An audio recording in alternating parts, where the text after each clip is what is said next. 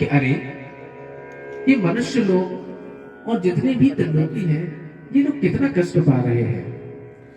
तो इस त्रिलोकी के जन का कष्ट देखकर लक्ष्मी जी से रहा नहीं गया। लक्ष्मी जी ने भगवान से, नारायण से कहा कि हे प्रभु, आपका नाम करुणा अवतार है, आप दीन वत्सल है, भक्त वत्सल है। आपको इन बद्ध जीवों के ऊपर देखिए कितना दीन दुखी है, कितना कष्ट पा रहे हैं, इनके ऊपर आपको कुछ करुणा करनी चाहिए, इनको कुछ भक्ति दीजिए जिससे ये लोग भी क्या हो जाए, सुखी हो जाए। भगवान ने कहा, हे देवी, हम अवश्य तुम्हारी इच्छा को पूर्ण करते हैं। भगवान ने क्या किया? भगवान ने जैसा वैकुंठ लोक है, ऐसे ही एक वैकुंठ लोक इसी पृथ्वी मंडल के भीतर, पृथ्वी मंडल अर्थात इस त्रिलोकी के भीतर, ये जो ब्रह्मांड है इसके भीतर बना दिया। उसका नाम है रमा वैकुंठ। अगर आप अष्टम स्कंद पढ़ें तो उसमें 5वां अध्याय आता है। 5वें अध्याय में भगवान कहते हैं वहां पे कि रमा जी के लिए भगवान ने एक वैकुंठ का निर्माण किया जिसको रमा वैकुंठ कहते हैं। जैसे आप लोगों ने कई कथाएं सुनी होंगी कि कभी कभी वो शिव जी के पीछे, शिव जी को भस्म करने के लिए जा रहा है और भस्मासुर भी कहां पहुंच गया, शिव जी के पीछे पीछे वैकुंठ में चला गया। तो भस्मासुर जैसे जो असुर हैं, इनकी जो परमयोग वैकुंठ है उसमें जाने की सामर्थ्य नहीं है, लेकिन इस पृथ्वी यानी इस त्रिलोकी के भीतर, इस ब्रह्मांड के भीतर जो लोक बनाया गया है रमा वैकुंठ, उसमें चले जाते हैं। जैसे आपने तृतीय स्कंद की कथा आप सुनेंगे कि जिसमें सनक सनंदन सनातन सनत कुमार चतुष्कुमार है, वो भगवान के वैकुंठ लोक में गए, तो वो परमयोग वैकुंठ में नहीं गए, वो ये जो रमा वैकुंठ है इस भूमंडल के भीतर, ये जो त्रिलोकी है, ये जो ब्रह्मांड है इसमें, तो उसमें गए थे वो। तो इसी प्रकार से जब रमा देवी ने कहा कि हे प्रभु आप थोड़ी कृपा करिए, तो प्रभु ने क्या किया, इसी ब्रह्मांड के भीतर एक रमा वैकुंठ का निर्माण कर दिया। इसके बाद भी रमा देवी ने देखा, लक्ष्मी देवी ने देखा कि अभी भी कोई भक्त बन नहीं रहा है। रमा देवी ने फिर से नारायण से प्रार्थना की कि हे प्रभु आपको थोड़ा और करुणावान होना पड़ेगा, इतने कम करुणावान से नहीं काम चलेगा। तो भगवान ने क्या किया कि भगवान ने कहा ठीक है, थोड़ा हम और नीचे उतरते हैं। तो भगवान ने लोकालोक पर्वत या पृथ्वी मंडल पे ही एक लोकालोक मंडल है, उस पे विराजमान हुए कि हम भूमा पुरुष के रूप में अवतरित होंगे। अगर आप दशम स्कंद पढ़ेंगे तो उसमें 88-89 अध्याय में भगवान के द्वारका में ही ऐसा प्रसंग आएगा, आगे जाके हम कथा देखेंगे कि उसमें क्या होता है कि भगवान के द्वारका में एक ब्राह्मण रहता है और उसके पुत्र मर जाते हैं, और पुत्र मरने के, अब द्वारका में कोई मरता ही नहीं है, लेकिन उसके पुत्र मर जा रहे थे बार बार। वह ब्राह्मण बड़ा क्रोधी हुआ और स्वयं भगवान को, बलराम को, समस्त यदुवंश को गाली देने लगा। उस समय जो पुत्र मर रहे थे वो भौमासुर, मतलब भूमा पुरुष जो भगवान के ही एक प्रभु है, अवतार है, वो उनको चुरा ले रहे थे। उनकी इच्छा थी कि हम नर नारायण अर्थात अर्जुन एवं भगवान कृष्ण का साक्षात दर्शन करें। तो वो लोकालोक पर्वत पे भगवान विराजमान हो गए।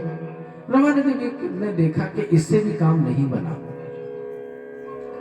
लक्ष्मी देवी ने कहा कि हे प्रभु आपको और करुणावान होना पड़ेगा। फिर भगवान क्या करते हैं, श्री विग्रह के रूप में अवतरित लेते हैं। श्री विग्रह है, या फिर कहना चाहिए भगवान का ही जो अभिन्न स्वरूप है, सप्तपुरी, उज्जैनी पुरी है, मथुरा है, द्वारका है, रामेश्वरम है, तो ये सप्तपुरियों में आते हैं, जगन्नाथपुरी। तो भगवान ने सप्तपुरियों का आविष्कार किया, सप्तपुरियों का निर्माण कर दिया। रमा देवी ने कहा कि हे प्रभु बहुत अच्छी बात है, लेकिन देखिए ना, अब जो यहाँ पे कई लोग ऐसे होंगे इस राजस्थान क्षेत्र में या भारत के अन्य क्षेत्रों में भी कि जो अपने गांव से कभी बाहर नहीं गए होंगे, यदा कभी बाहर गए हों, तो ऐसे लोग कैसे, इनका कैसे तारण हो? तो भगवान ने कहा ठीक है हे देवी, हम अपने आप को और थोड़ा सा सरल करते हैं। तो भगवान ने क्या किया, अपने ही विग्रह को श्री विग्रह के रूप में अवतरित किया। श्री विग्रह अर्थात भगवान का जो स्वरूप है, जैसे भगवान का राधा मदन मोहन स्वरूप है, कृष्ण बलराम स्वरूप है, गौर निताई स्वरूप है, जो भगवान के विग्रह हैं, ये भगवान से अभिन्न है। जितनी शक्ति भगवान में है उतनी ही शक्ति भगवान के विग्रह में है। भगवान विग्रह के रूप से यहाँ पे प्रकट होते हैं जिससे हम उनकी सेवा कर सके। ठीक है ना? रमा देवी ने कहा हे प्रभु, आप विग्रह के रूप से प्रकट हुए हैं, लेकिन देखिए ना, हर कोई कहाँ मंदिर आता है, बहुत कम ही लोग आते हैं। अब भगवान तो मानो झुझला गए। भगवान ने कहा देखो रमा, तुमने बार बार कहा, हमने कर दिया, अब हम एक काम करते हैं, हम तुम्हारी सारी समस्या मिटा देते हैं। जितने भी जीव हैं उनके हृदय में ही हम जाके बैठ जाते हैं परमात्मा के रूप से। अब तो जीव हमारे बगल में ही है, हमें देख ही लेगा। रमा देवी कहती है कि हे प्रभु, इससे भी बात नहीं बनेगी। क्यों? क्योंकि जो जीव है वो अनादिर बहिर्मुख है। परमात्मा हमारे साथ में ही है, लेकिन अनादिर बहिर्मुख होने के कारण जीव भगवान की तरफ देखते ही नहीं है। तो हे प्रभु, आपको कुछ करुणा दिखानी पड़ेगी। तो भगवान ने कहा ठीक है, मैं और अपने आप को सरल करता हूं। तो भगवान 3 विशेष रूपों में अवतरित हुए। क्या क्या? श्रीमद् भागवतम, दूसरा जो भगवान का ही नाम है, जैसे नारायण, कृष्ण या हरे कृष्ण महामंत्र, इसके रूप में भगवान अवतरित हुए। और तीसरा संत वैष्णव के रूप में। ये भगवान के ही रूप है एक प्रकार से, कि जो भगवान को अपने हृदय में धारण करके जगह जगह ढूंढते रहते हैं। क्यों? कि जिससे आप जैसे भक्त लोग या अन्य जो जीव हैं, जो भगवत इच्छा या भगवत श्रवण इच्छा के पिपासु हैं, भगवत ज्ञान के पिपासु हैं, उन तक भगवान की भक्ति पहुंच सके। तो इसलिए भगवान ने अपने आप को सरल से सरल करते हुए दिखाया है। अब एक प्रश्न उठता है कि श्रीमद् भागवतम को क्यों सुना जाए? जैसे हम कोई बिजनेस करते हैं, कोई व्यापार करते हैं, तो व्यापार करने का उद्देश्य क्या होता है? कि कुछ लाभ हो, कुछ अच्छा धन हो, तभी तो व्यापार करेंगे, है ना? लेकिन अगर किसी बिजनेस में घाटा हो तो उसको कोई करेगा क्या? कोई नहीं करेगा। इसी प्रकार से हर कोई जानना चाहता है कि भाई ये भागवत श्रवण करने से लाभ क्या होता है, क्या लाभ होगा? सब जानना चाहते हैं। वैसे तो भारत में सब जानते ही हैं कि सबसे बड़ा फल श्रीमद् भागवतम का क्या है? सुना नहीं है, सुनने की इच्छा है, तभी भगवान हृदय में अवतरित हो गए हैं। यदि इससे बड़ा फल क्या हो सकता है? और इसके बाद ऐसा कहा गया है कि जो एक बार भी दत्त चित्त करके पूर्ण मन से मनन निधि ध्यास पूर्वक अगर श्रीमद् भागवतम को श्रवण कर लेता है तो निश्चित इसी जीवन में उसको भगवान के लोक की प्राप्ति होती है। बोलिए ग्रंथराज श्रीमद् भागवतम की जय। इसके कई प्रमाण देखने को मिलेंगे। तो सबसे पहले कोई भी वस्तु हम प्रारंभ करते हैं, कोई कार्य प्रारंभ करते हैं, तो उसके महात्म को जानना अति आवश्यक होता है। तो इसीलिए श्रीमद् भागवतम प्रारंभ करने से पहले हम श्रीमद् भागवतम का जो महात्म की कथा है उसका श्रवण करेंगे, क्योंकि महात्म सुनने से ही जो वस्तु होती है उसमें महत्व बुद्धि जागृत होती है। सबसे पहले जब कथा प्रारंभ हुई थी तो सौनक ऋषि और सूत जी बैठे हुए थे, उनके बीच में कथा प्रारंभ होती है। सूत जी से सौनक इत्यादि ऋषि उनसे प्रश्न करते हैं। अब जो महात्म है, श्रीमद् भागवतम के महात्म भी कई सारे हैं, कई पुराणों में है। हम जो महात्म देख रहे हैं वो पद्म पुराण में है। पद्म पुराण का में श्रीमद् भागवतम के महात्म के रूप में 6 अध्याय निरूपित है। उन्हीं अध्यायों को हम यहाँ पे देखेंगे। सबसे पहले पद्म पुराण के उस महात्मा का पहला श्लोक का वाचन करते हैं। सच्चिदानंद रूपाय विश्वोत्पत्त्यादि हेतवे तापत्र विनाशाय श्री कृष्णाय वयं नमः। भगवान कृष्ण का क्या स्वरूप है वो यहाँ पे बतलाया गया है। भगवान कृष्ण क्या है? सत, चित और आनंद, तीन वस्तुओं से निर्मित है। हमारा जो आत्मा है, यानी हम है, हम शरीर थोड़ी, हम तो आत्मा ही है। यानी हमारा जो स्वरूप है वो क्या है? सत, चित और आनंद। इसीलिए हर एक जीव की आकांक्षा होती है कि मैं हमेशा जीता रहूं। वो अपने आप को शरीर मानता है, इसलिए अपने शरीर को शाश्वत बनाना चाहता है। लेकिन जैसे ही उसको पता चलता है कि मैं शरीर नहीं हूं, मैं तो क्या हूं? शुद्ध बुद्ध चित्त आत्मा हूं, सच्चिदानंद स्वरूप हूं, तो वैसे ही वह शरीर को नित्य बनाना छोड़ देता है। वो क्या करता है? अपना स्वरूप जानने के कारण उसी में आनंद लेने लगता है। और उससे भी जो श्रेष्ठ होते हैं, आप जैसे भक्त, वो क्या करने लगते हैं? अपना संबंध भगवान के साथ में स्थापित कर लेते हैं और भगवान की सेवा, पूजा, अर्चना चालू कर देते हैं।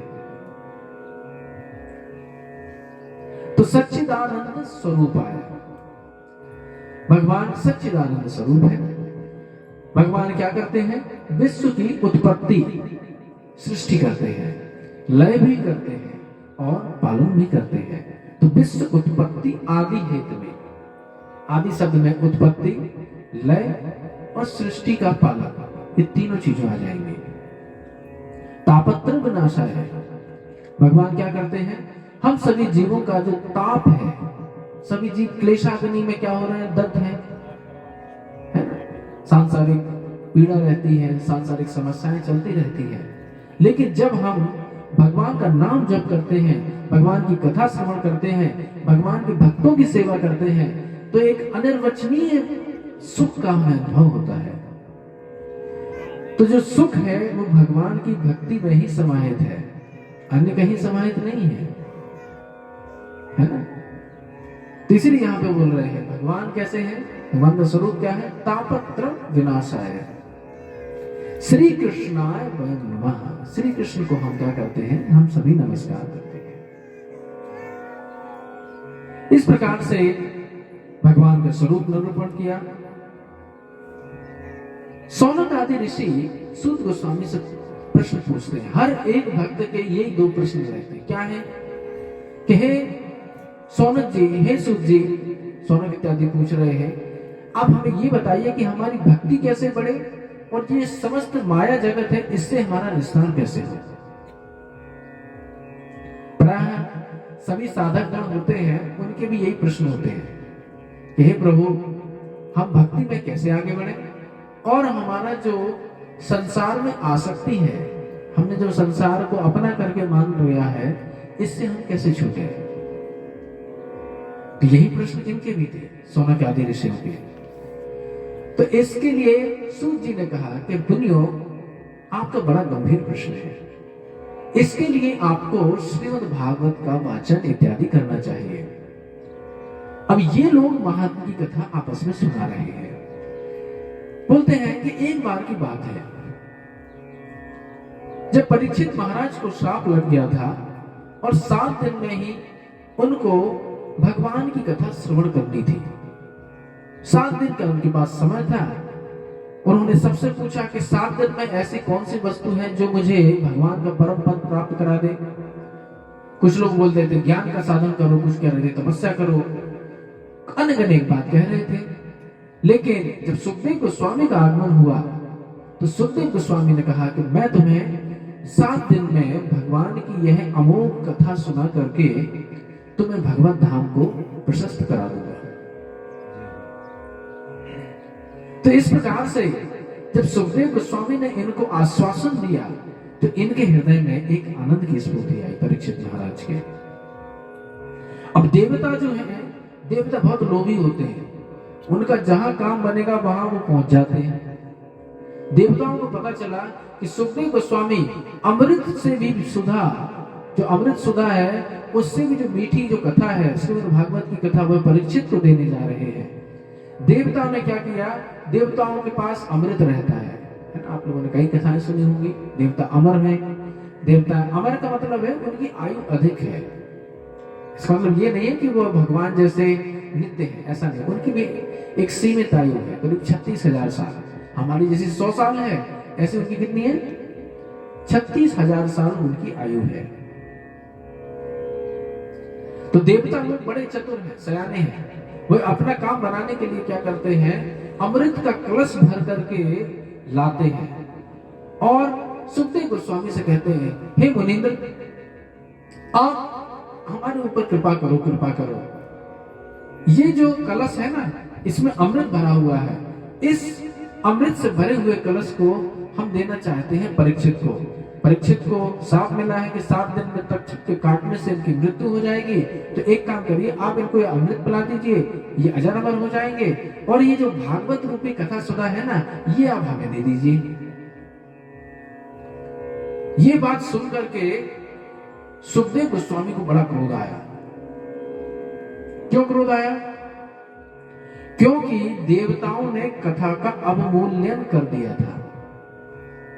अवमूल्यन यानी जितना मूल्य होना चाहिए उतना मूल्य नहीं दे रहे हैं, कम मूल्य दे रहे हैं। तो अवमूल्यन होने के कारण सुखदेव गोस्वामी ने फटकार लगा दी देवताओं को, अरे मूर्खों, तुम्हें भागवत का ज्ञान का महत्व नहीं मालूम। भागवत क्या वस्तु है, श्रीमद् भागवतम, ये तुम नहीं जानते। परीक्षित महाराज को और देवताओं को सभी को सुनाते हुए सुखदेव गोस्वामी बोल रहे हैं, क्वा सुधा क्वा कथा लोके,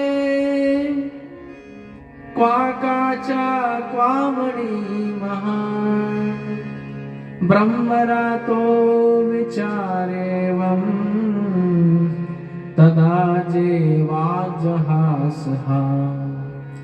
क्वा सुधा क्वा कथा लोके, कहां यह है अमृतमयी कथा, वो कहां तुम्हारा ये तुच्छ अमृत, कहां कांच छोटे से होते हैं जिनका कोई मूल्य नहीं हो, कहां अमूल्य हीरा।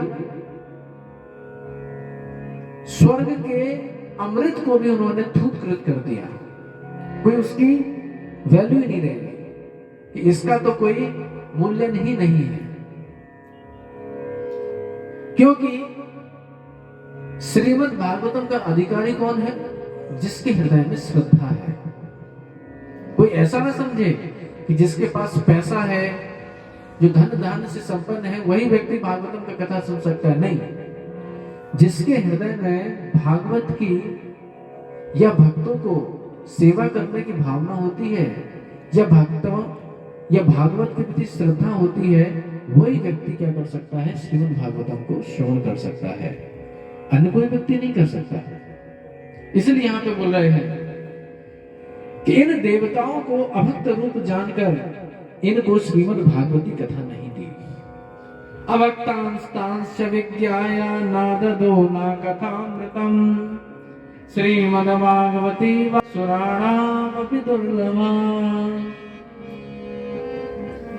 तो कह रहे हैं अभक्त विज्ञाय, कि इनको अभक्त मान करके और इनको कथा का अनधिकारी मानते हुए इनको कथा नहीं दी।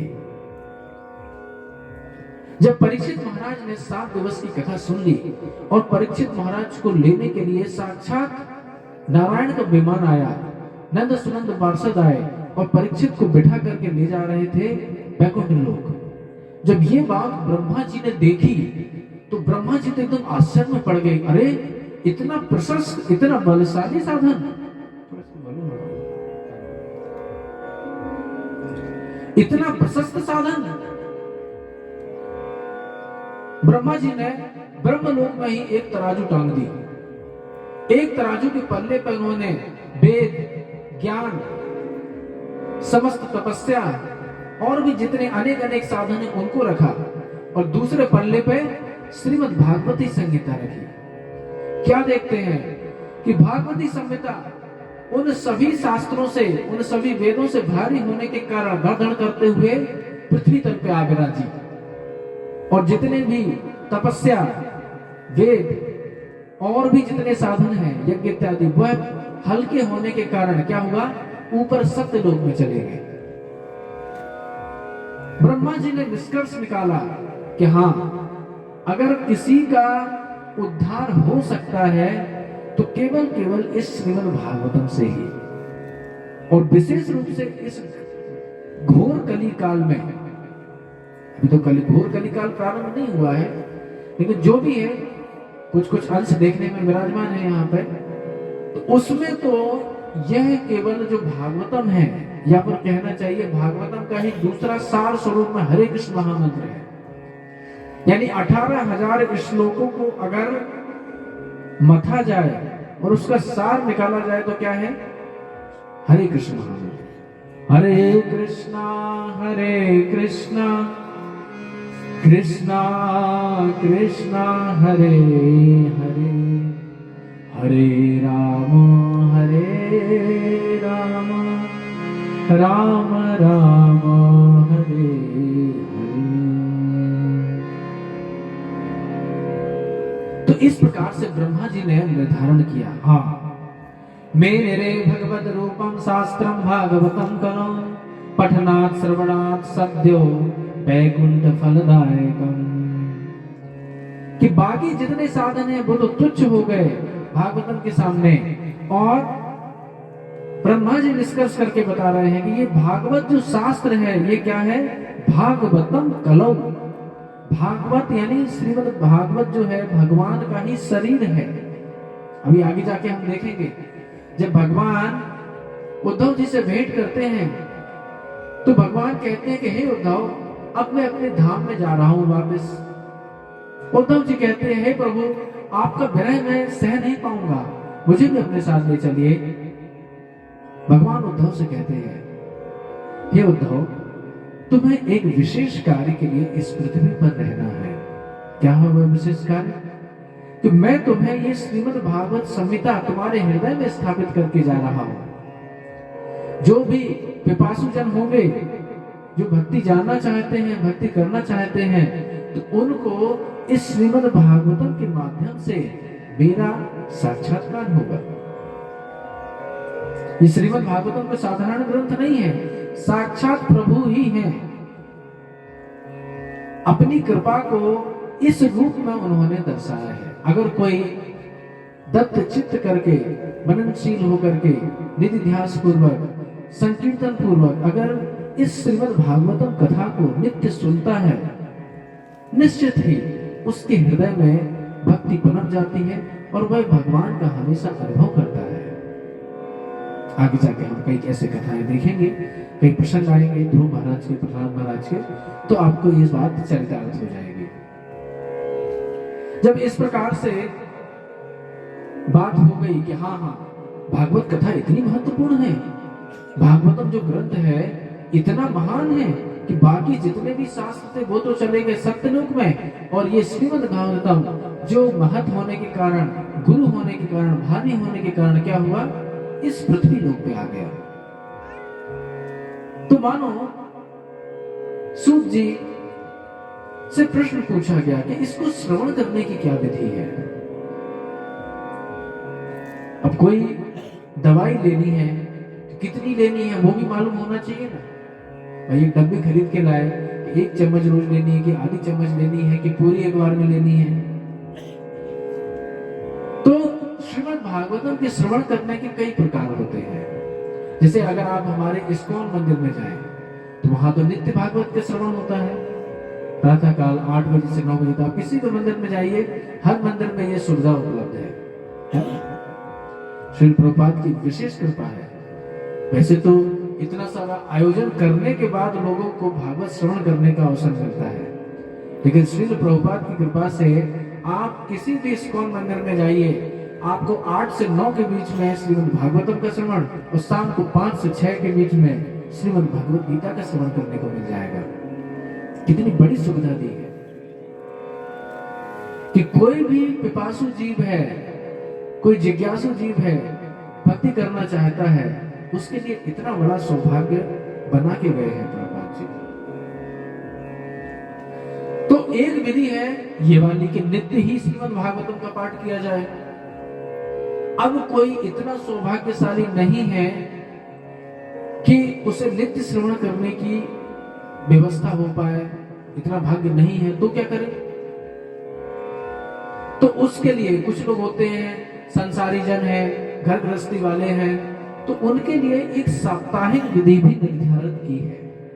साप्ताहिक विधि अर्थात कि एक सप्ताह तक वह दत्त चित्त करके पूर्ण विधि से मनन निधि ध्यान पूर्वक अगर कथा सुनेगा तो उसको भी भगवान की भक्ति प्राप्त हो जाएगी। यद्यपि जो एक सप्ताह की जो विधि है ये श्रीमद् भागवतम के महात्म्य में पद्म पुराण में बताई गई है, लेकिन ये राजसिक विधि है, सात्विक विधि नहीं है। श्रीमद् भागवतम की सात्विक विधि तो ये है, आगे जाके बताया जाएगा कि 1 मास में या 2 मास में पूरी भागवतम को पढ़ा जाए, या फिर निरंतर ही श्रीमद् भागवतम को पढ़ा जाए, दोनों ही सात्विक विधि में आती है। लेकिन ये जो साप्ताहिक विधि है ये राजसिक विधि है, लेकिन फल इसमें भी मिलता है। ऐसा नहीं कि शुद्ध भक्ति नहीं मिलती है, लेकिन ये राजसिक विधि में आई है। इसका भी विधि ऐसा बताया गया है कि आजकल तो ना तो कथा व्यास में इतना कहने की सामर्थ्य है कि वह सुबह से लेकर शाम तक कथा कहता रहे, और ना ही श्रोताओं में इतनी सामर्थ्य है इतने बैठने की। इसलिए कथा का समय बड़ा सीमित सा हो गया है कि 2 घंटे, 3 घंटे, 4 घंटे ज्यादा से ज्यादा। लेकिन साप्ताहिक विधि का नियम ऐसा है कि सुबह सूर्य उदय से प्रारंभ हो जाती थी, दोपहर में केवल 2 मुहूर्त या 3 मुहूर्त के लिए विश्राम होता था, गायत्री, संध्या वंदन इत्यादि के लिए, और फिर उसके बाद फिर कथा प्रारंभ होती थी और सूर्यास्त तक कथा चलती थी। और जो कथा श्रोता होते थे वो भी बड़े विधि नियम पूर्वक कथा सुनते थे। तो ऐसा नहीं है कि हम लोग 3 घंटे सुनेंगे तो हमारा उद्धार नहीं होगा। हम भी अगर दत्त चित्त करके मननशीलता के साथ में अगर कथा सुनेंगे तो हमारा भी उद्धार होगा। तो इन्होंने जब कहा कि भागवतम श्रवण करने की अनेक विधियां हैं, लेकिन अगर किसी व्यक्ति के पास ज्यादा समय नहीं है तो वह सप्ताह श्रवण की विधि से भी अपना उद्धार कर सकता है। तो यहां पे बता रहे हैं कि इसके विषय में हम तुम्हें नारद मुनि और भक्ति देवी का एक उपाख्यान है वह हम तुम्हें सुनाते हैं। एक बार नारद मुनि विचरण कर रहे थे इस पृथ्वी मंडल पर। उनके हृदय में इच्छा हुई 5000 वर्ष पूर्व कि थोड़ा पृथ्वी लोक में बहुत सारी भगवान के तीर्थ स्थल हैं, वहां पे थोड़ा घूम के आते हैं। तो जैसे ही वो पृथ्वी पर आए तो उन्होंने देखा कि जगह जगह अत्याचार, अनाचार, स्त्रियों का ही वर्चस्व चल रहा है। केवल श्याले अर्थात जो साले हैं वो सलाहकार बन के बैठे हुए हैं, भाई भाई में मतभेद हो रहे हैं, कहीं भी उन्हें कुछ अच्छा नहीं देखा। इसके बाद जब नारद मुनि वृंदावन आए तो वृंदावन आके उन्होंने एक बड़ा ही दिव्य दृश्य देखा। वृंदावन तो वृंदावन ही है। आप लोग में से कितने लोग वृंदावन में हैं? बहुत कम लोग गए हैं, कोई बात नहीं। अभी आपके सामने वृंदावन एक ऐसा शब्द है या ऐसा धाम है कि उसका नाम लेने से ही उसका सारा जो भाव है वो हृदय में प्रकट हो जाता है। एक भजन है सूरदास जी ने गाया है वृंदावन के ऊपर, बड़ा ही मनोरम, और वृंदावन में क्या भाव रहना चाहिए वृंदावन में वो वहां पे बताते हैं। तो जैसे नारद मुनि वृंदावन पहुंचे, उन्होंने किसका दर्शन किया? भक्ति देवी का दर्शन किया। तो वृंदावन में भक्ति देवी बैठी हुई हैं कि कोई जीव आए तो उसको हम भक्ति प्रदान करें। बस वहां जाने की देरी है। तो यहाँ पे सूरदास जी ये भजन को लिखे हैं, बड़ा सुंदर भजन है। वृंदावन एक पलक जो रही है, वृंदावन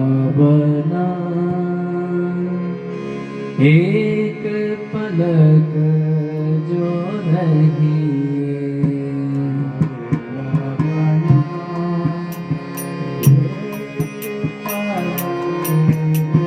सभी लोग गाएंगे। वृंदावन एक पलक जो रही,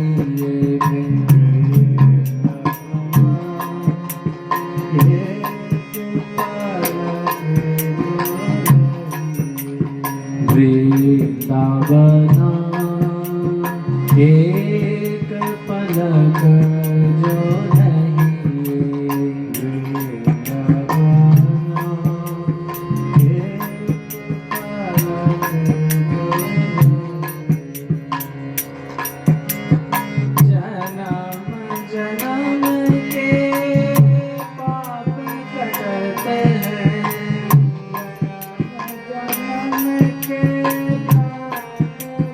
सभी लोग बोलिए। जन्म जन्म के पाप कटते हैं, जन्म के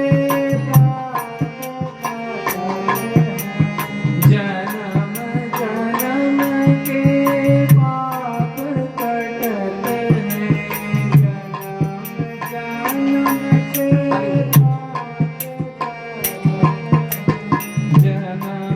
जन्म के पाप कटते हैं, जन्म के कृष्ण कृष्ण मुख कहिए,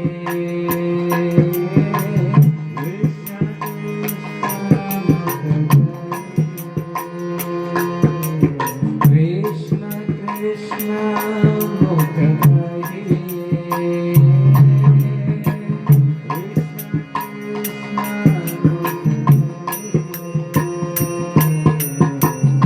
वृंदावन एक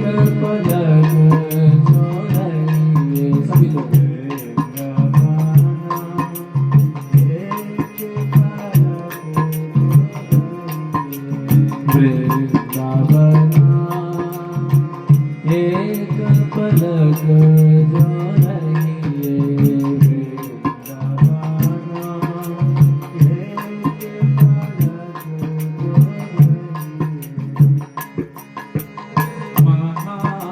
महाप्रसाद और जन जमुना, महाप्रसाद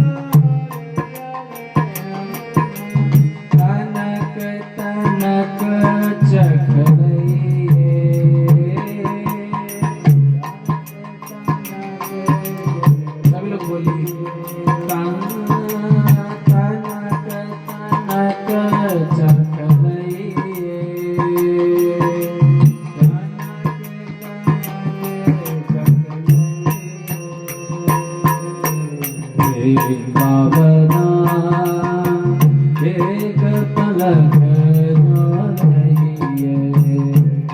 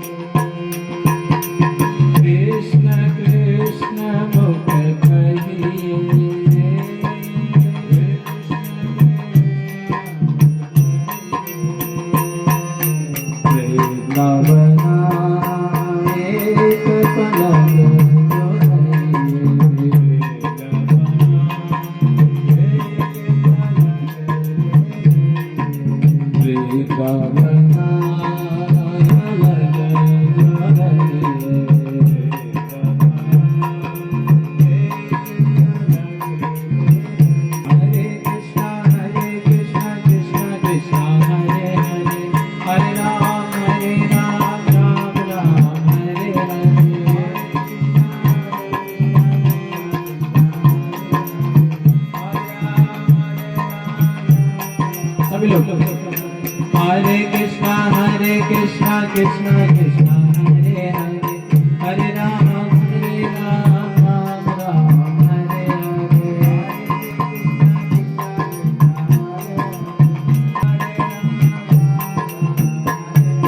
हरे कृष्णा कृष्णा कृष्णा हरे हरे, हरे राम राम हरे हरे। हरे कृष्णा कृष्णा कृष्णा हरे हरे, हरे राम राम राम हरे हरे।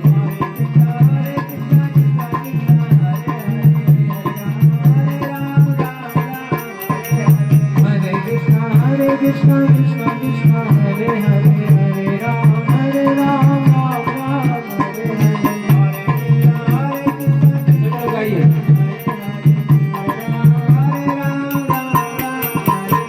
हरे कृष्णा कृष्णा कृष्णा हरे हरे, हरे राम राम हरे हरे।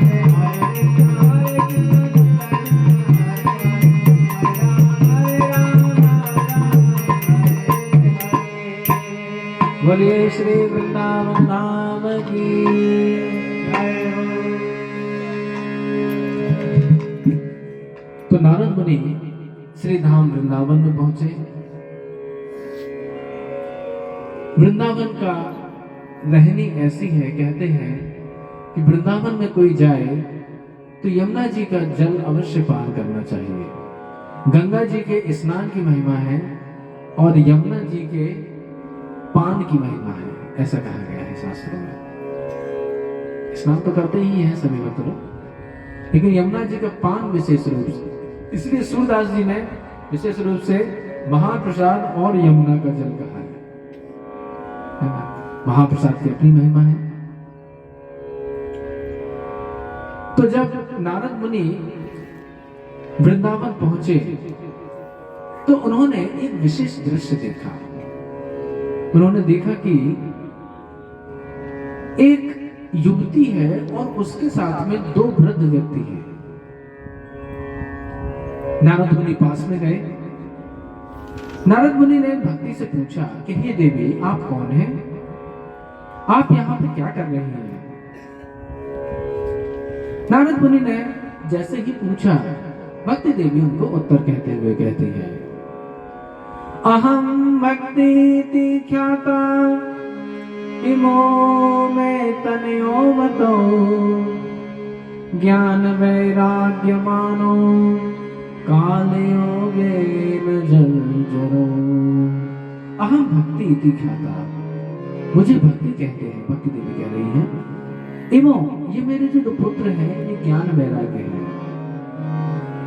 और ये मेरे साथ में जो आप मेरी सेविकाएं देख रही है ना, ये गंगा और अन्य जो देवियां हैं, अन्य नदियां हैं, मेरी सेविकाओं के रूप में है।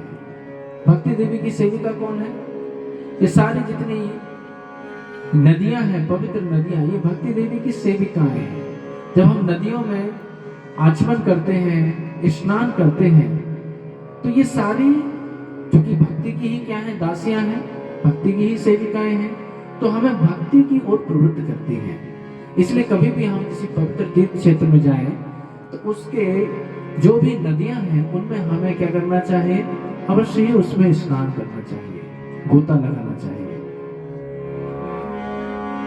जब भक्ति देवी ने नारद मुनि को कहा, भक्ति देवी अपने बारे में बता रही है कि मेरा जन्म दक्षिण भारत में हुआ, द्रविड़ देश में। मैं जब कर्नाटक में आई तो मेरा उत्थान हुआ, मैं महाराष्ट्र में गई तो मेरी और वृद्धि हुई, लेकिन जैसे ही मैं गुजरात में गई जीर्णताम घटा, मेरा देह क्षीण होने लगा। कोई कह सकता है गुजरात में तो बहुत भक्ति दिखती है, गुजरात के लोग बहुत भक्त भी होते हैं, बहुत दान करते हैं। आप कैसे कह सकते हो कि उस समय भक्ति नहीं थी 5000 वर्ष पूर्व? वास्तव में जब 500 वर्ष पूर्व आपने एक भक्त का नाम सुना होगा, नरसिंह मेहता, बड़े अच्छे भक्त हुए। तो नरसिंह मेहता जब 500 वर्ष पूर्व प्रकट हुए थे तो उनके प्रभाव से कृष्ण भक्ति पूरे गुजरात में, गुर्जर क्षेत्र में यानी गुजरात में फैल गई। लेकिन 5000 वर्ष पूर्व वहां पे भक्ति नहीं थी। भक्ति जीर्णताम गता, भक्ति खुद कह रही है गुर्जते जीर्णताम गता। लेकिन फिर इसके बाद भक्ति देवी बोल रही है कि वृंदावनम पुनः प्राप्य नवीनमेव सुरूपणी। तो मैं जैसे ही पहले वृंदावन जो भक्ति है वो भी वृद्ध हो गई थी, लेकिन जैसे ही वृंदावन में आई तो क्या हुआ, उनको तरुणी हो गई, वो एकदम नवयुवक थी। लेकिन वृंदावन में ज्ञान और वैराग्य की कोई ग्राहक नहीं है। वृंदावन में भक्ति की सब बात करते हैं, ज्ञान वैराग्य की कोई बात नहीं करता। ज्ञान वैराग्य की बात होती है बनारस में, काशी में और अन्य अन्य क्षेत्र हैं वहां पे होती है, ऋषिकेश, हरिद्वार, यहाँ बात होती है ज्ञान की। लेकिन वृंदावन में तो केवल भक्ति की बात होती है। तो इसलिए भक्ति तो युवती हो गई, लेकिन ज्ञान वैराग्य की कोई अधिकारी नहीं थे, तो वो लोग जीर्णताम गता, वृद्ध हो गए। अब भक्ति देवी बड़े शोकाकुल हो रही हैं। भक्ति देवी उनको पंखा झाल रही हैं, किसी तरीके से इनको चेत आए। वो ज्ञान वैराग्य वृद्ध, एकदम उनके सफेद सफेद बाल हो रहे हैं, शरीर में कोई शक्ति नहीं है, यमुना जी के तट पे पड़े हुए हैं। जब नारद मुनि ने देखा कि अरे ये क्या हुआ, तो भक्ति देवी ने कहा कि मैं भी पहले ऐसे ही वृद्ध हो गई थी, लेकिन इस वृंदावन का स्पर्श पाकर मैं तो तरुणी हो गई हूँ। लेकिन मेरे ये जो दोनों पुत्र हैं ज्ञान वैराग्य, ये वृद्ध अवस्था को प्राप्त हो गए हैं। हे मुनि श्रेष्ठ, हे नारद मुनि, आप तो बड़े कृपालु हैं, आपने तो ना जाने किनको किनको भक्ति दी। नारद मुनि जैसे कोई प्रचारक नहीं है।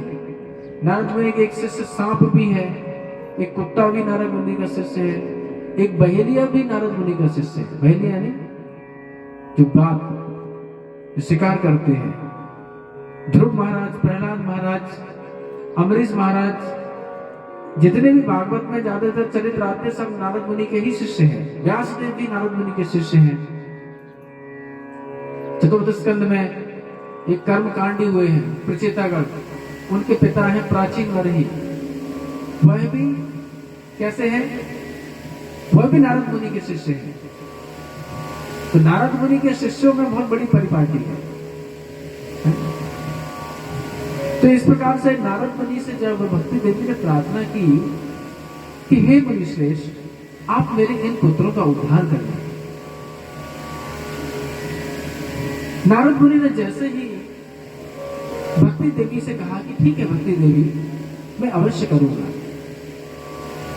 भक्ति देवी नारद मुनि से कहती हैं कि हे प्रभु, हे मुनि श्रेष्ठ, आप एक बात बताइए कि ये कलयुग का इतना दुष्प्रभाव है कि मेरे जो दोनों पुत्र हैं ये वृद्ध अवस्था को प्राप्त हो गए हैं, तो परीक्षित महाराज ने इस कली का वध क्यों नहीं कर दिया? परीक्षित महाराज को इस कली का वध कर देना चाहिए था। अगर परीक्षित इस कली का वध कर देते, कलयुग आता ही नहीं। तो इस पर नारद मुनि ने कहा कि अवश्य ही कलयुग में दोष है, लेकिन कलयुग में एक बहुत अच्छी बात भी है। पता है क्या है?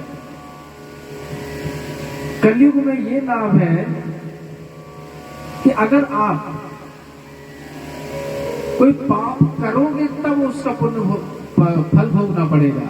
लेकिन अगर पुण्य आपने सोचा, जैसे आपने मन में आयोजन करने का सोचा कि हम एक भागवत कथा का आयोजन करेंगे, मैं 100 गीता बितवाऊंगा, मैं 1000 गीताओं का वितरण करूंगा, मन में संकल्प किया, अभी किया नहीं है, मन में संकल्प करते ही उसका फल मिल जाता है कि हम 100 वैष्णवों को अपने घर में भोज कराएंगे। कभी कराएंगे, अभी नहीं है सामर्थ्य, लेकिन मन में आया उसका फल मिल जाएगा। लेकिन पाप करने के बाद पाप का फल मिलेगा। तो कलयुग में ये विशेष फायदा है। तो जैसे अगर आप ये रोज सोचते रहो कि मैं एक दिन 64 माला करूंगा, मैं 1000 भक्तों का सेवन करूंगा, मैं 1000 ग्रंथ वितरण करूंगा, मैं 1000 मंदिर बनवाऊंगा, सोचने में क्या जा रहा है? मन में सोच लो, 1000 गायों का दान करूंगा। तो इस प्रकार से जब व्यक्ति सोच लेता है तो उसका फल मिल जाता है। लेकिन कलयुग की खासियत भी ऐसा सोचने भी नहीं देता वो। है ना। तो भूल जाते कई बार लोग। तो लेकिन यहाँ पे परीक्षित महाराज ने इस कारण से कली का वध नहीं किया था। तो वही यहाँ पे बोल रहे हैं, यत्फलम नास्ते तपसा न योगेन समाधिना तत्फलम लभते सम्यक कलौ केशव कीर्तना। कि तत्फलम लभते सम्यक कलौ केशव, जो अन्य युगों में तपस्या योग से जो फल नहीं मिलता था, यहाँ पे मात्र एक केशव हरे कृष्ण महामंत्र के थोड़ी देर के कीर्तन से वही लाभ हो जाता है। कितना विशाल फल है कलयुग का। इसलिए परीक्षित महाराज ने इसको मारा नहीं, क्योंकि परीक्षित महाराज क्या है, सारंग एवं सारभूत। जैसे मधुमक्खी होती है ना, वो क्या करती है, एक पुष्प अगर गंदे स्थान पर भी है तो भी क्या होता है, वो उस फूल से अच्छी वस्तु को तो ले लेता है, गंदी वस्तु की ओर ध्यान नहीं देता।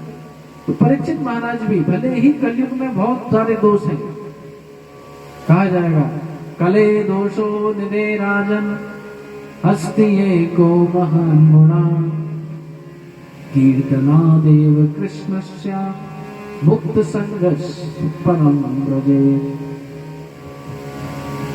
कि अस्ति एको महान गुणा, इसमें एक गुण बहुत बड़ा है। क्या है, कीर्तनाद एवं कृष्णस्य, कृष्ण का कीर्तन करने मात्र से क्या हो जाता है, सारे वेद अध्ययन यज्ञ तपस्या हो इन सब का फल हमें प्राप्त हो जाता है। इसलिए परीक्षित महाराज ने कलयुग को नहीं मारा।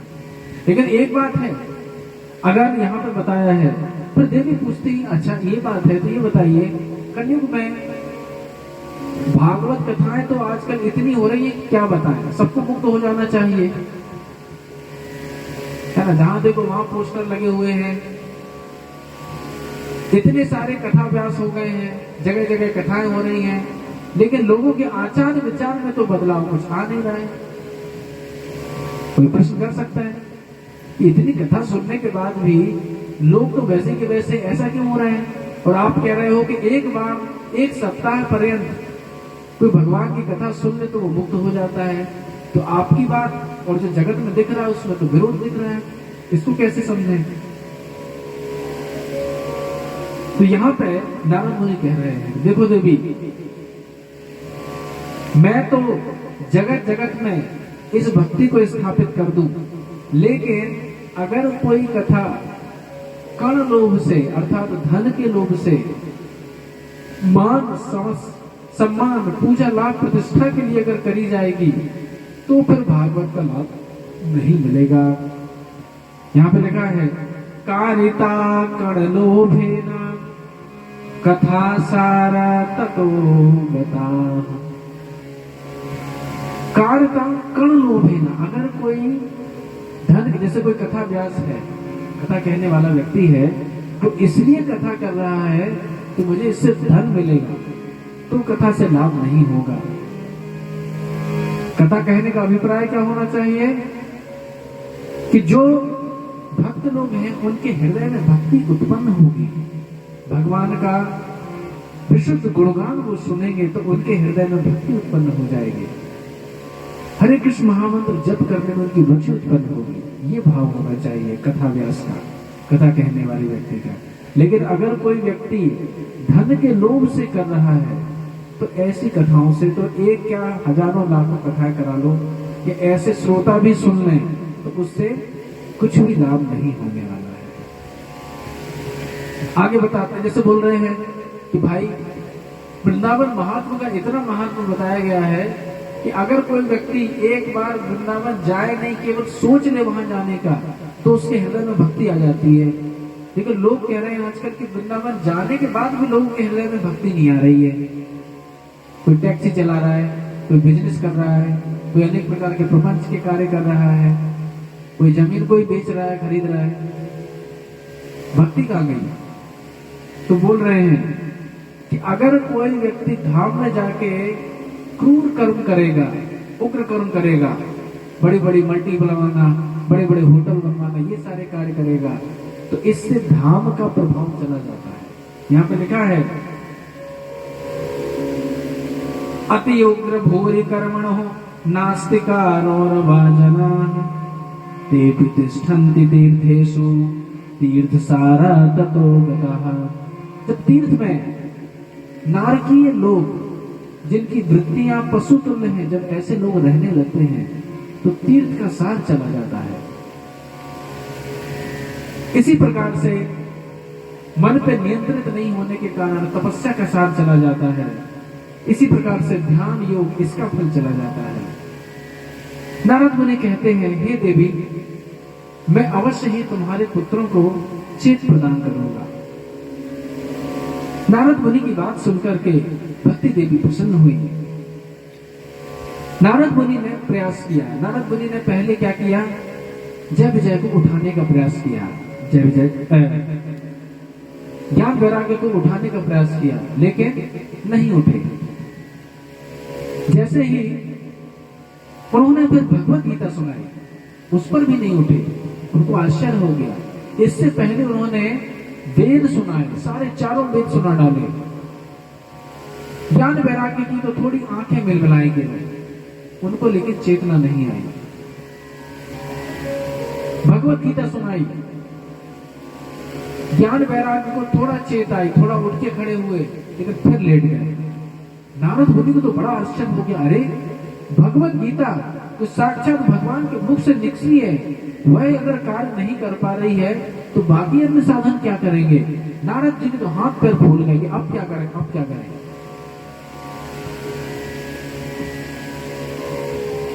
नारद मुनि ने कहा कि हे देवी, तुम चिंता मत करो, मैं अभी त्रिलोकी में भ्रमण करके आता हूं, अन्य अन्य साधुओं से पूछ के आता हूं कि क्या करना चाहिए। नारद जी ने पूरी पृथ्वी पर विचरण किए, सभी साधुओं से पूछा कि इन ज्ञान वैराग्य का कैसे उद्धार हो। कोई निष्कर्ष पे नहीं पहुंचा सका। बाद में नारद जी ने विचार किया, अब तो मैं नर नारायण ऋषि के पास में जाकर, बद्री का आश्रम जाकर क्या करूंगा? तपस्या करूंगा। नारद मुनि तपस्या करने को जा ही रहे थे कि इधर उनको सनकादि आते हुए दिखे। जो सनक सनंदन सनातन सनत कुमार चतुष कुमार हैं, ब्रह्मा जी के प्रथम मानस पुत्र हैं।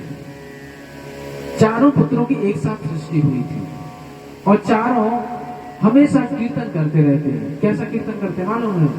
हरि शरणम हरि शरणम हरि शरणम हरि शरणम हरि शरणम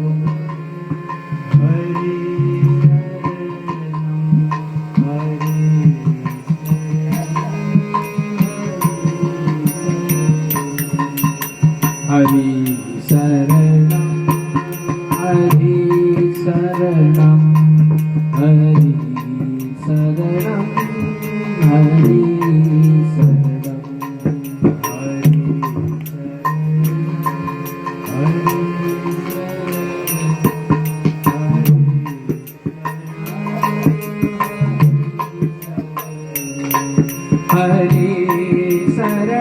शरणम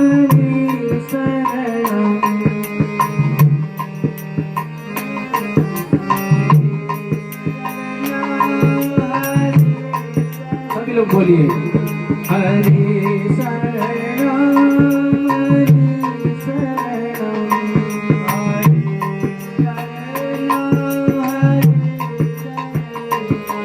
हरि शरणम हरि शरणम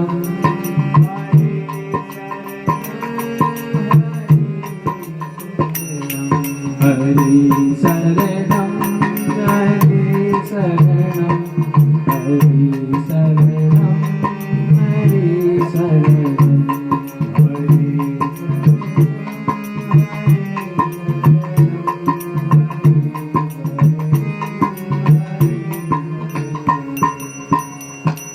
इस प्रकार से सनक सनंदन सनत कुमार हरि कीर्तन करते हुए आ रहे थे।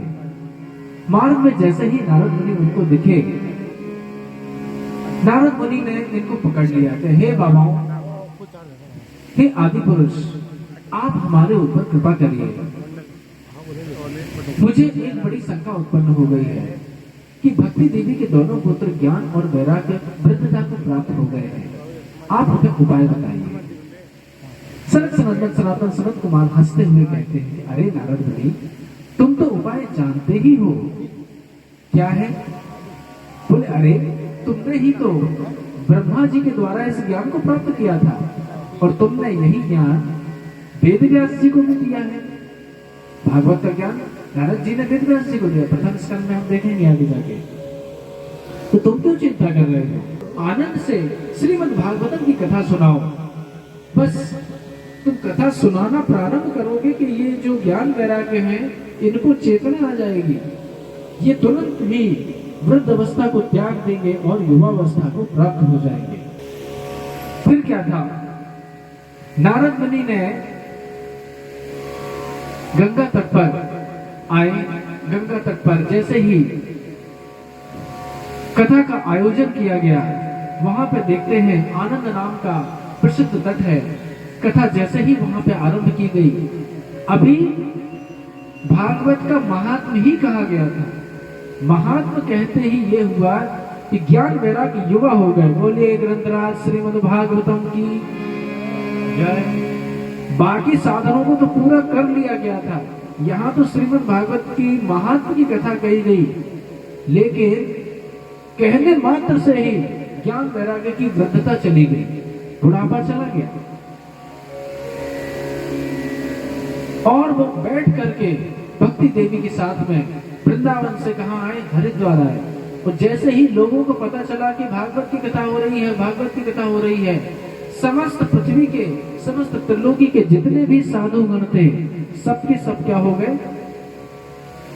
हरिद्वार आ गए। और वहां पे श्री सनक सनंदन सनातन सनत कुमार के द्वारा जो भागवत कथा कही जा रही थी, उसमें भाग लेने पहुंचे। तो ऐसा नहीं है, वहां पे स्वयं व्यासदेव भी हैं, वहां पे स्वयं सुखदेव गोस्वामी भी हैं, और भी जितने भी देवल अन्य ऋषिगण हैं, सब के सब वहां पे आ गए और वहां पे कथा सुनने लगे। तो सोचिए, जो स्वयं भागवत के रचनाकार हैं श्री व्यासदेव जी, वह भी बैठ के वहां पे कथा सुन रहे हैं, क्योंकि कथा का अपना एक आनंद है। वास्तव में कथा कहने का और कथा सुनने का जो आनंद है, वैसा और किसी वस्तुओं में आनंद। इस प्रकार से जब भागवत की कथा हो जाती है तो चेतना प्राप्त होती है। ज्ञान वैराग्य जैसे ही चेतना को प्राप्त होते हैं, वहां पे आनंद की स्फूर्ति आ जाती है। सभी लोगों ने आनंद से श्रीमद् भागवत की कथा सुनी। और क्या देखते हैं? उस कथा के अंत में स्वयं श्री हरि वहां पे प्रकट हो जाते हैं। बोलिए वृंदावन बिहारी लाल की। अगर सही रूप से कथा की जाए और सही रूप से कथा सुनी जाए तो निश्चित श्री हरि वहां प्रकट होते हैं। जब ये महात्मा सुना तो सोनक आदि ऋषियों के हृदय में फिर दूसरा भाव जागा। उन्होंने पूछना चाहा कि हे प्रभु, श्रीमद् भागवतम का जो एक ग्रंथ है, इसका सुनने का अधिकारी कौन है? कौन व्यक्ति इस कथा का अधिकारी है? जैसे हमने देखा यहाँ पर माताएं सब अपने सिर पे कलश रखी हुई थी, है ना? आपने भी देखा था। और सभी की भावना रहती है, मेरा कलश है, इसको मैं रोज सींचूंगी, इसमें हमें धन धान और हमारी भक्ति सभी हमारी इसके माध्यम से वृद्धि होगी, ऐसी भावना रहती है ना?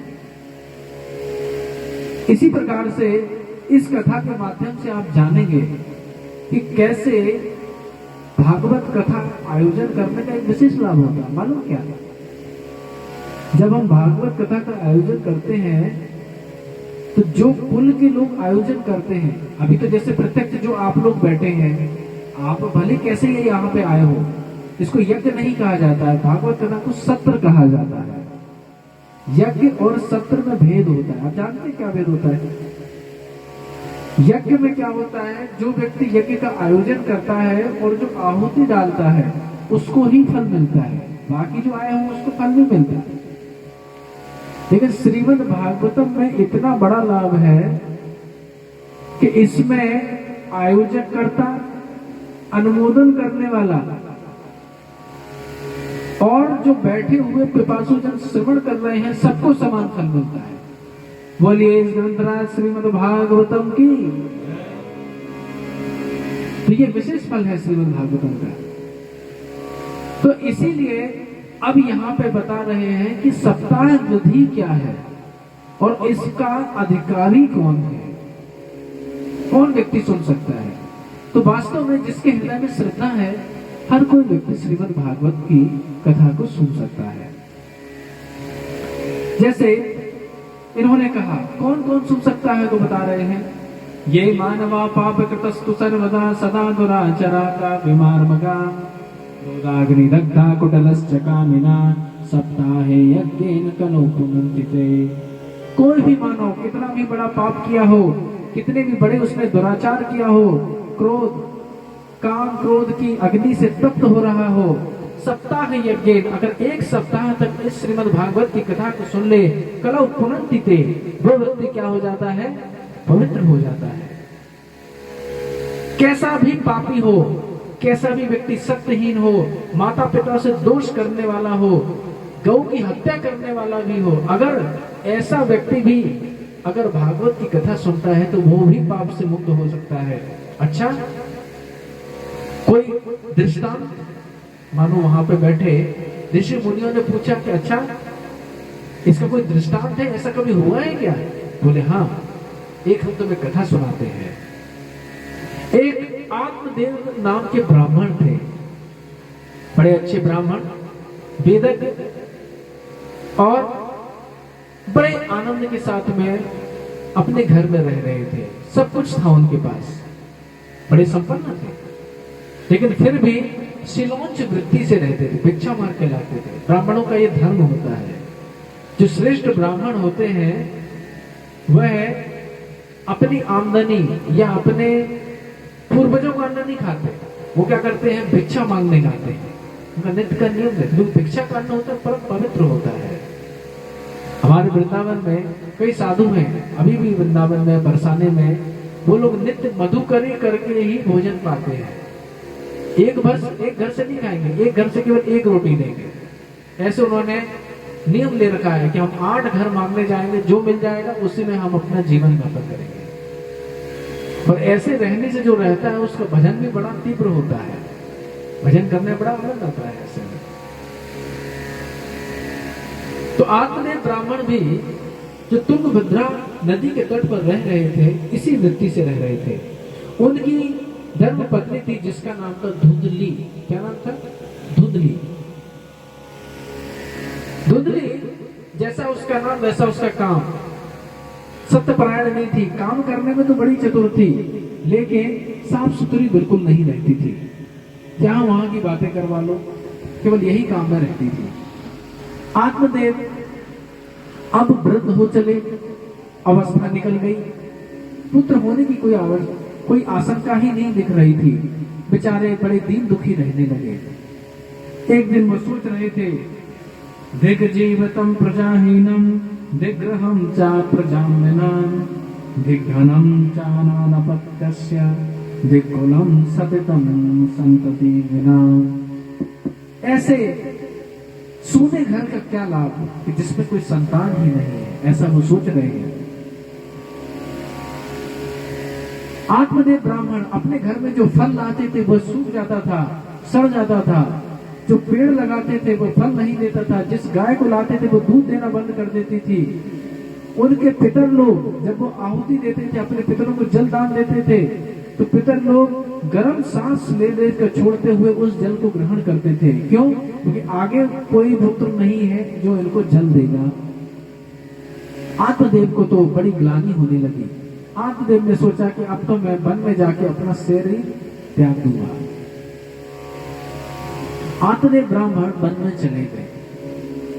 जैसे ही वन में गए, वहां पे उन्होंने एक बड़ा अच्छा सरोवर देखा। प्यास लगी थी, सरोवर में गए, प्यास को बुझाया, थोड़ी देर वहीं आम्र पल्लव के नीचे विश्राम किया। कुछ देर बाद उन्होंने देखा एक यति विप्र, एक यति प्रभु, एक सन्यासी वहां पर आए। उन्होंने भी जलाशय में जल ग्रहण किया। जल ग्रहण करने के पश्चात वह आत्मदेव ब्राह्मण उनके पास पहुंचते हैं। सन्यासी को प्रणाम किया। आत्मदेव ब्राह्मण कहते हैं कि हे देवता, मेरी बड़ी दीन दशा हो गई है। मैं घर पे जो गाय लाता हूं वो बांझ हो जाती है, जिस पेड़ को लगाता हूं वो सूख जाता है, जो फल लाता हूं वह सड़ जाता है। मैं बड़ा अभागा हूं, मैं संतानहीन हूं। आप मुझे एक पुत्र दान करिए। आप तो बड़ा प्रतापी हैं। सन्यासी थे, वो बड़े वेदज्ञ थे, त्रिकालज्ञ थे। सन्यासी ने आत्मदेव की ललाटों को पढ़ लिया। सन्यासी बोलते हैं, अरे विप्र, तुम्हें ये पुत्र की इच्छा छोड़ देनी चाहिए। बोले क्यों? क्योंकि तुम्हारी इस जन्म नहीं, 7 जन्मों तक कोई भी पुत्र की आशंका नहीं है। आत्मदेव ब्राह्मण समझ गए कि ये छोटे मोटे कोई यति नहीं है, कोई साधारण यति नहीं है, ये तो त्रिकालज्ञ है।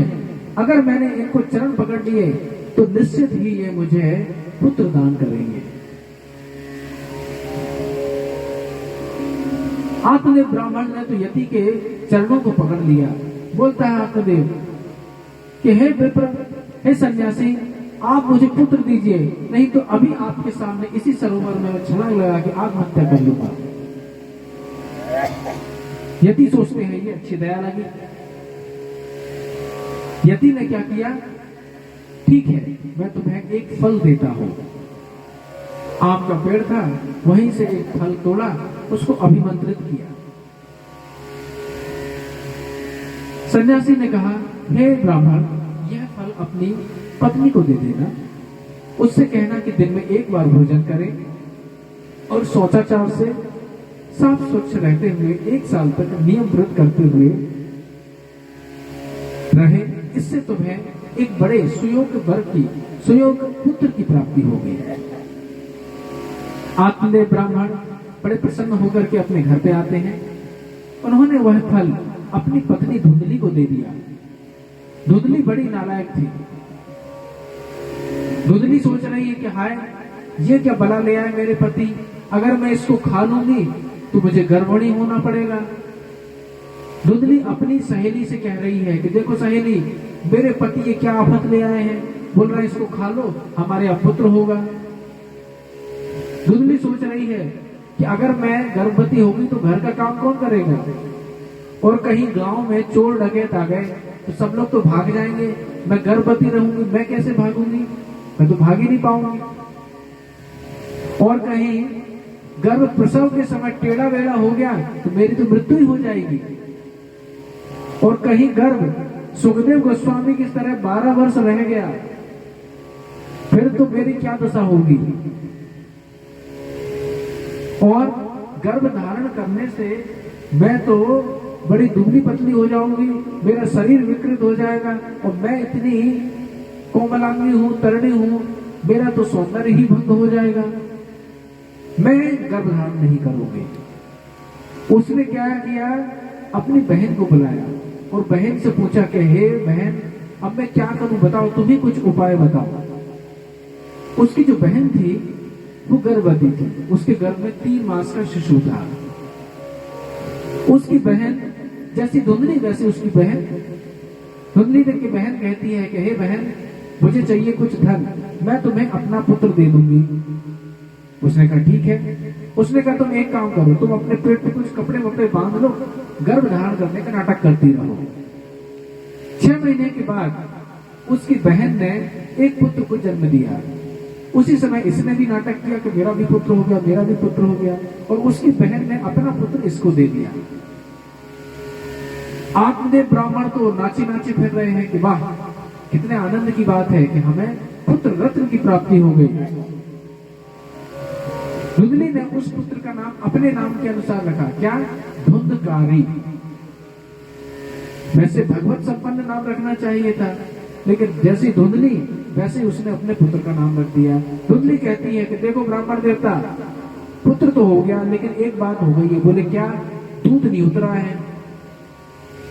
अब इसने बच्चा जब जना हो तब तो दूध उतरे, ये तो प्राकृतिक नियम है। लेकिन जैसे ही अब आत्मदेव ब्राह्मण कह रहे हैं, अब क्या करें? धुंधली बोलती है घबराने से काम नहीं चलने का, उपाय करना पड़ेगा।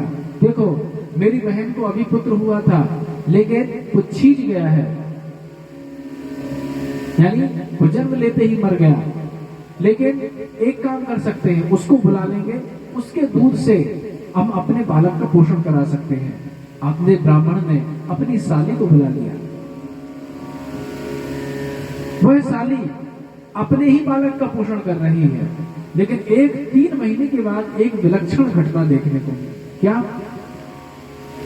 कि जिस गाय को उन लोगों ने क्या किया था, धुंधली और उसकी सहेलियों ने, उसने कहा कि चलो इस फल को अपन गाय को खिला देते हैं, देखते क्या होता है। कि ऐसे फल था कि वास्तव में इसमें कुछ शक्ति थी। जब 9 मास पूर्ण हुए तो उस गाय ने भी एक पुत्र को जन्म दिया। कितने आश्चर्य की बात है, गाय बछड़ा को जन्म नहीं देती, एक पुत्र को जन्म करती है। लेकिन वो पुत्र कैसा था? उसके कान जो थे वो गाय के जैसे थे, गौकर्ण। इसलिए आत्मदेव ने उनका भी जन्मोत्सव मनाया, खूब दान दिया, और उसका नाम रखा क्या? गौकर्ण। यानी एक ऐसा पुत्र जिसकी गाय जैसे क्या है? कान है। दोनों बालक धीरे धीरे बड़े हो गए। जैसे ही बालक बड़े हुए, वहां तो आनंद होने लगा, लेकिन जो धुंधकारी था वो उसमें बड़े ऐब आ गए। वो बड़ा शरारती हो गया, बड़ा आताताई हो गया। बच्चों के साथ में खेलता, खेलते खेलते उनको पुचकारते हुए कुएं के पास ले जाता। वो तो देखो कुएं में क्या है। बच्चा देखता उसको धक्का दे देता, कुएं में गिरा देता। किसी किसी को तीर चलाता और उसका गला फाड़ देता। इस तरीके से बड़े आताताई कार्य करने लगा। जैसे ही वह आगे बढ़ा और बड़ा हुआ, वह तो अपने पिता की सारी संपत्ति, घर दौलत, सब कुछ उसने मिटा दिया। आत्मदेव माता उठ रहे हैं कि हाय, इससे अच्छा तो हमारा पुत्र ना ही होता, वही ठीक था।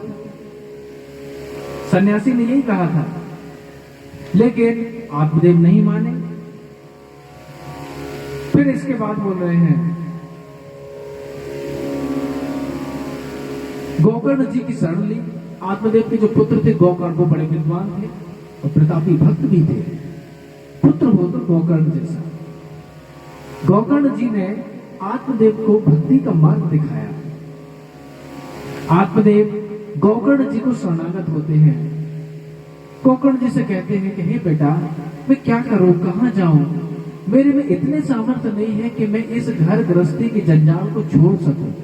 तुम कुछ उपाय बताओ ना, कि जिससे मैं शुद्ध भक्ति को प्राप्त कर सकूं, मैं इस धुंधकारी के आतंकों से मुक्त हो सकूं।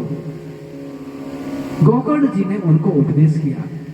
गौकर्ण जी कहते हैं, ना चैन्द्रस्य सुखम किंचित, ना सुखम चक्रवर्तिना, सुखमस्थि विरक्तस्य मुनि एकांत जीवना। हे पिताजी, ना तो वास्तव में इंद्र को सुख है और ना ही चक्रवर्ती राजा को। वास्तव में सुखी कौन है? मुनि। जो व्यक्ति सतत भगवान का चिंतन करता है, सतत हरे कृष्ण महामंत्र, सतत रूप से श्रीमद् भागवतम का अध्ययन श्रवण करता है, वही व्यक्ति सुखी है। मुनि अर्थात मननशील। जो व्यक्ति भगवान का चिंतन करता है, भगवान की कथाओं का नित्य श्रवण करता है, वही व्यक्ति क्या है? आनंद में। तो सुखमत्ति विरक्तस्य मुनि एकांत जीविना। जो एकांत जीवी है, जो मुनि है, मननशील है, भक्ति करने वाले लोग हैं, वही व्यक्ति क्या होते हैं? आनंद में रहते हैं। बाकी तो इंद्र हो चाहे चक्रवर्ती राजा हो, सभी दुखी हैं। आप जाइए पूछिए, कोई भी धनवान व्यक्ति है, उससे पूछिए तुम सुखी हो क्या? तो बोलेगा नहीं। कितने भी बड़े धन्ना सेठ के पास चले जाओ, वो यही बोलेगा नहीं। आत्मदेव ने अपने ही पुत्र से ज्ञान प्राप्त किया। गौकर्ण जी ने 2 श्लोकी भागवत सुनाई। इन 2 श्लोकों में समस्त भागवत का पूरा सार निहित है। उसमें कह रहे हैं गोकर्ण जी कि देखिए पिता, आप इस रीति से भजन करिए। दे अस्ति मांस रुदरे अभिमतिम तजत्वम जाया सुतादेषु सदा ममतां विमुञ्चा पश्यानिशं जगदिदं क्षणभङ्गनिष्ठं वैराग्यरासरसिको भवभक्तिनिष्ठा। कई लोग प्रश्न करते हैं कि महाराज जी ये बताइए कैसे भक्ति करनी चाहिए। तो यहाँ पे बता रहे हैं कि सबसे पहला काम है भक्ति करने के लिए, ये जो अपना देह है ना, इसकी आसक्ति को त्यागो। इस देह का विश्लेषण करते रहना चाहिए कि ये देह हाड़ मांस चार खून मज्जा अस्थि इन सब से बना हुआ है, इसलिए हम ये देह नहीं है, हम तो आत्मा है। सबसे पहले अपने शरीर से आसक्ति को त्यागना चाहिए। इसके उपरांत अपने शरीर से संबंधी जो लोग हैं कि ये मेरी पत्नी है, ये मेरा बालक है, ये मेरे माता पिता हैं, ये चाचा ताऊ ये लोग हैं,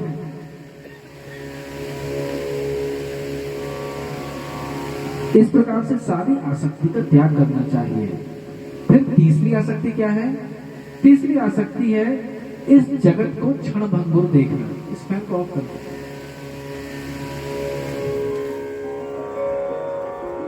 एक चलना तो एक चल सकता है, ये एक बंद कर दीजिएगा। तो कह रहे हैं पश्चानिशम जगत इदम क्षण भंग निष्ठा। इस पूरे जगत को क्या देखना चाहिए? क्षण भंगुर देखना चाहिए। क्षण भंगुर अर्थात कि ये जगत तो समाप्त होने वाला है। इस जगत की जितनी भी वस्तुएं हैं सब समाप्त होने वाली। हमारा देह, हमारे देह से संबंधी हमारा घर है, ये अभी थोड़ी रहेगा। अब सोचो, अब 500 वर्ष पूर्व भी तो यहाँ कोई मकान हुआ होगा, लेकिन अब है क्या? नहीं, सब समाप्त हो गए। तो पश्य अनिशम जगत एकदम क्षण भंग निष्ठा। हर एक जगत की इस वस्तु को क्षण भंगुर देखना चाहिए। सबसे पहले ये देह है कि मैं नहीं हूं, मैं क्या हूं? शुद्ध बुद्ध चित्त आत्मा हूं। हमारे जो परिकर हैं, हमारे बच्चे, हमारी पत्नी, हमारे कोई भी सगे संबंधी हो, ये कोई हमारा नहीं है। अभी मिले हैं, बाद में छूट जाएंगे। और तो और जिन भूमि को, जिन घर को, जिन गांव, जिस देश को हमने अपना मान लिया है, वो भी एक दिन छूट जाएगा। अब कोई व्यक्ति है, अभी इस जन्म में अमेरिका में जन्मा तो अपने आप को अमेरिकी मानने लगा। अगर अगले जन्म में भारत में जन्मा तो अपने आप को भारतवासी मानने लगता है। अगले जन्म में पाकिस्तान में जन्म जाएगा तो वही पाकिस्तानी भारत से द्वेष करने लगेगा। और फिर भारत में जन्मेगा तो फिर पाकिस्तानी से द्वेष करने लगेगा। तो कुल मिला के इस जन्म मृत्यु के चक्र से बाहर निकलने का प्रयास करना चाहिए। तो इसलिए बोल रहे हैं मुद्दे की बात कि वैराग्य राग रसिको भव भक्ति निष्ठा, कि वैराग्य के पद को धारण करके, रसिक होकर के, रसिक अर्थात किसी ब्रजनिष्ठ संत के चरण आश्रित होकर के हमें क्या करना चाहिए? भक्ति करना चाहिए। आपका राजस्थान तो बड़ा धन्य है। आपके इस राजस्थान में कई सारे भक्त हुए हैं। एक ग्रंथ है जिसका नाम है भक्तमाल, आप लोगों ने सुना होगा। भक्तमाल में कई सारे ऐसे संत हैं जिनके चरित्र आते हैं जो राजस्थान से हुए। हाल के ही एक संत हैं, करीब 100-150 साल पहले के, वो जयपुर में रहते थे।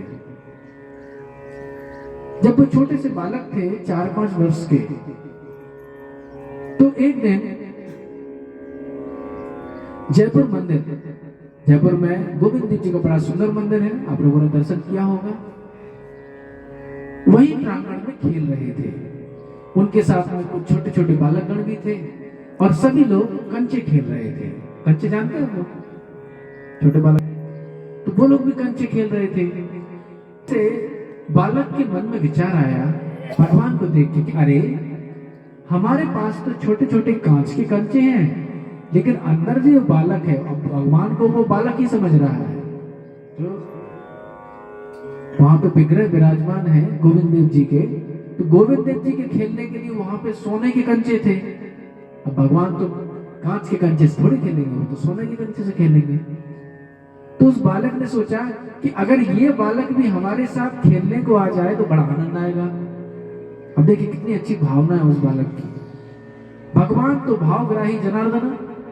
भगवान ने देखा कि ये मेरा भक्त मेरे साथ में खेलना चाहता है, तो भगवान भी एक बालक का वेश धारण करके, जब पुजारी कुछ इधर उधर गए हुए थे तो भगवान गर्भगृह से बाहर आए और उन्हीं बालकों के बीच में सम्मिलित होके कंचे खेलने लग गए। कुछ देर के बाद पुजारी आने को हुआ। अब भगवान ने सोचा अगर मैं इससे पहले नहीं पहुंचा तो मेरी पोल खुल जाएगी। भाई भगवान तो बंधे हुए हैं, तो उनको तो गर्भगृह में रहना है जहां उनके रहने का स्थान निश्चित है। तो भगवान क्या करते हैं, दौड़ करके वहां पहुंच जाते हैं। तो अपने कंचे उठाते हैं सोने वाले, और एक दो बच्चों के जो कांच के कंचे थे वो भी उठा ले जाते हैं, और वहां जाके ठाड़े हो जाते हैं बंसी बजाते हुए। जैसे ही वहां पे पहुंचे, ये बालक शोर करते हुए आए, बोले पुजारी जी तुम्हारा ये जो लाला है ना, इसने हमारे कंचे चुरा लिए। बोले अच्छा, बोले कैसे चुरा लिए? बोले देखो इसकी कटोरी है, इसमें हमारे कंचे होंगे। अब भगवान का जो गर्भगृह होता है उसमें सभी का प्रवेश तो होता नहीं है, केवल पुजारी ही जा सकता है। तो उन पुजारियों ने देखा कि हाँ मैंने जो कंचे रखे थे वो तो सोने के थे, इसमें ये कांच के कंचे कहां से आ गए? तो उस पुजारी को भाग गए, इन बच्चों के भाग पे बड़ी सराहना हुई कि देखो मैं इतने दिनों से सेवा कर रहा हूं ठाकुर जी की, गोविंद देव जी की, लेकिन इन्होंने मेरे साथ में कोई लीला नहीं की, लेकिन देखो ठाकुर ने इन बच्चों के साथ में लीला की, इनके साथ में खेलने जाते हैं। एक महान संत है पंडित रामकृष्ण दास बाबा जी महाराज।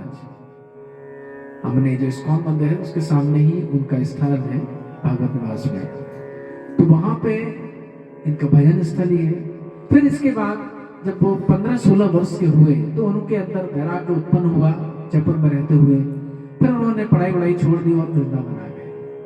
पर जैसे ही वृंदावन आए तो फिर वृंदावन कभी छोड़ के नहीं गए।